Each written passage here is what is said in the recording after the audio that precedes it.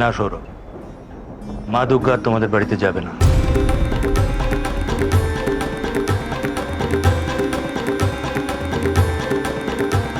এসব আপনি কি বলছেন আঙ্কেল?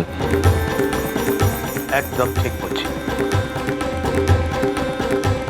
সৌরভ।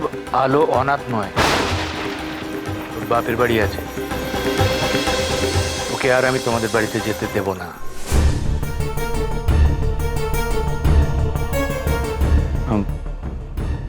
আলো, তুমি বলো কিছু আঙ্কেলকে। কি বলবে?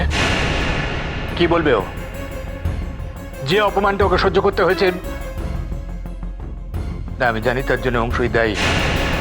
কিন্তু দেখো সৌরভ, সে তো আর বেঁচে নেই। তাকে তো আমি চাইলেও কিছু বলতে পারবো না। এরপরে আবার তোমাদের বাড়িতে গিয়ে অপমানিত হবে, আমি আমি সেটা দেখতে পারবো না সৌরভ। আমি নিয়ে যাবো আমার মা দুর্গাকে, আমি নিয়ে যাবো। আঙ্কেল, আমি আলোর পাশে রয়েছে, একদম আছি। আমি চেষ্টা করেছি ওকে এই বিপদ থেকে বাঁচানোর। ইনফ্যাক্ট আমি ওকে অনেকবার বলেছি যে চলো আমরা আলাদা গিয়ে থাকি, কিন্তু ওই রাজি হয়নি। আপনি আপনি ওকে জিজ্ঞেস করতে পারেন আঙ্কেল। দেখো সৌরভ, তোমার বিরুদ্ধে আমার কোনো অভিযোগ নেই, না। কিন্তু বিয়ের পর একটা মেয়ে শুধু তার বরকে নিয়ে তো থাকতে পারে না।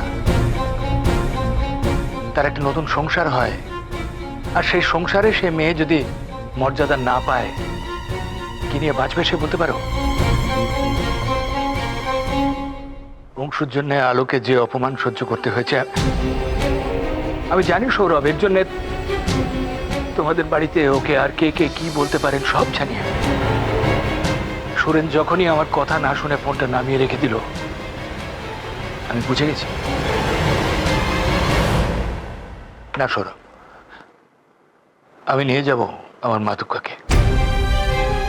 তুমি যখন ইচ্ছে আসতে পারো, যখন ইচ্ছে আসবে, আলোকে দেখে যাবে। কিন্তু তোমাদের বাড়িতে ওকে আর আমি পাঠাতে পারবো না। মামা দাদু, ওর বাড়ির লোকজনগুলো আমার আমার নিজের লোক। ওদেরকে ছেড়ে আমি কোথায় থাকবো বলো? হ্যাঁ, আমাকে আমাকে অপমান করেছে, সকলে অপমান করেছে, কিন্তু আমাকে তো সহ্য করতে হবে। আমি আমি ওই বাড়ির বউ মামা দাদু। ওরা আমার পরিচয় ভুলে যেতে পারে, কিন্তু আমি তো নিজের পরিচয়টা জানি, তাই না?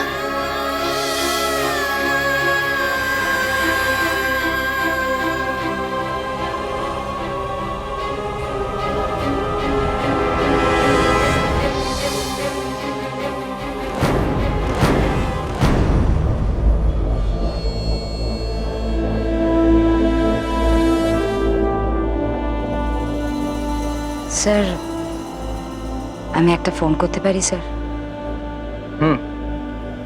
করুন।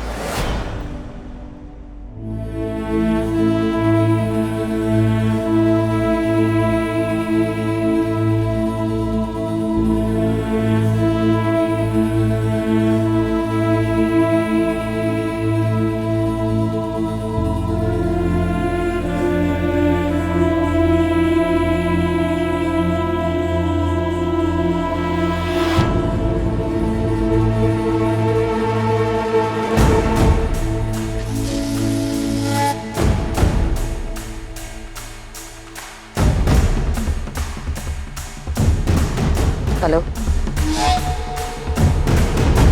আমার কাজ শেষ। এবার দেখো তুমি কি করতে পারো।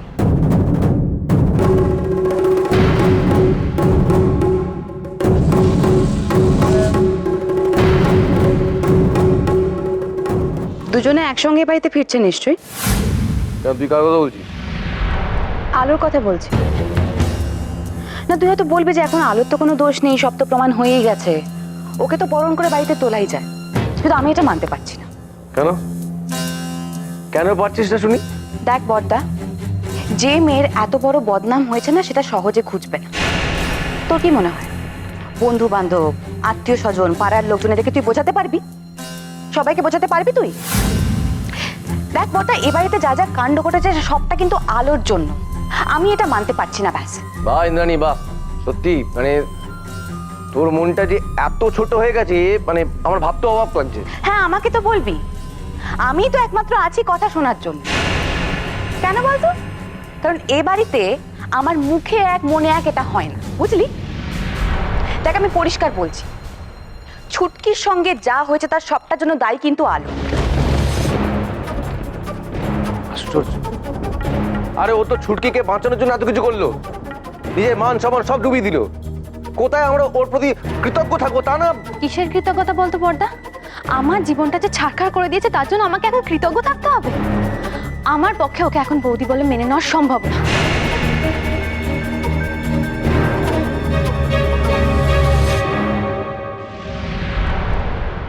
তোরা ওকে বরণ করে ঘরে তুলতে চাইলে তোল, কিন্তু আমি এসবের মধ্যে নেই। আমার চোখে আলো চিরকাল ঠক জোচ্চুরি থাকবে, ওই বাড়ির যোগ্য না। আমার মনে হয় বড় বৌদিও আমার সঙ্গে একমতই হবে। নেহাত মুখ ফুটে কিছু বলতে পারছে না, তাই যাক, আমার যা বলার ছিল বলে দিয়ে গেলাম, বাদ বাকিটা তোরা বুঝে নে।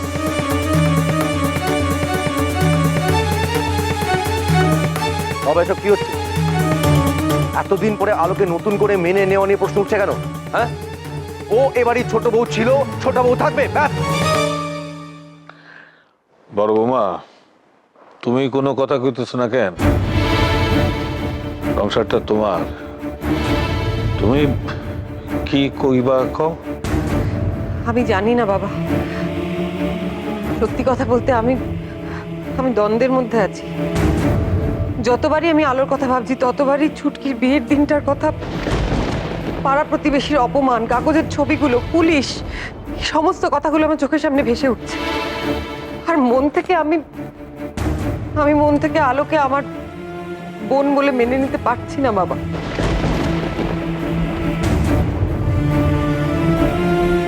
বাহ বাহ দেবী, বাহ, অসাধারণ।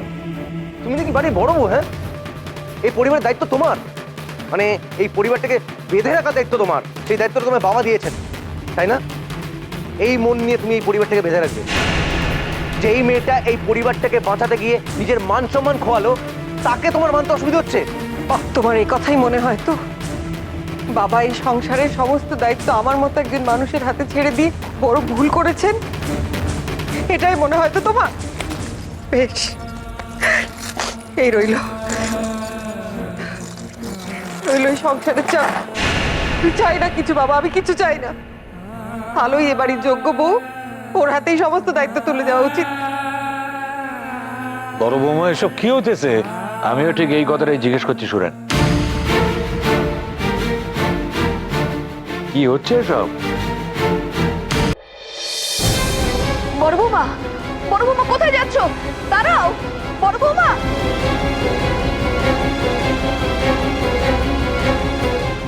রজত, তুই? হ্যাঁ, আমি আমার মা দুর্গাকে নিয়ে এলাম। না, আনতে চাইনি, আমি আমার কাছে রাখতে চেয়েছিলাম ওকে, কিন্তু ও কিছুতেই নিজের শ্বশুরের ভিটে ছাড়তে চাইলো না, তাই আনতে বাধ্য হলাম। দেখ সুরেন, আমি একটা কথা খুব স্পষ্টভাবে তোকে বলে যেতে চাই, আমি কিন্তু এই মেয়েটার আর কোনো অপমান সহ্য করব না। কি বলছো মামা দাদু? ওনারা কখন আমাকে অপমান করলেন? থাম তুই। না সুরেন, আমি নিজেকেও অপরাধীর দলেই ফেলতে চাই। আমার প্রথমেই উচিত ছিল তোর কাছে সব কথা খুলে বলা। আমি চেষ্টা করেছিলাম, আমি ফোন করেছিলাম তোকে, কিন্তু তুইও আমার সঙ্গে কথা বললি না সুরেন। মাঝখান থেকে আমার মেয়েটা অংশ জীবনটাকে একেবারে নষ্ট করে দিয়েছে সুরেন, একেবারে।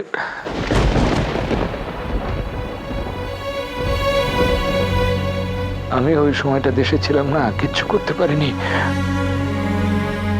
নেহাত তোর ছেলেটা হীরের টুকরো ছেলে, তাই আমার মেয়ের পাশে দাঁড়িয়েছে।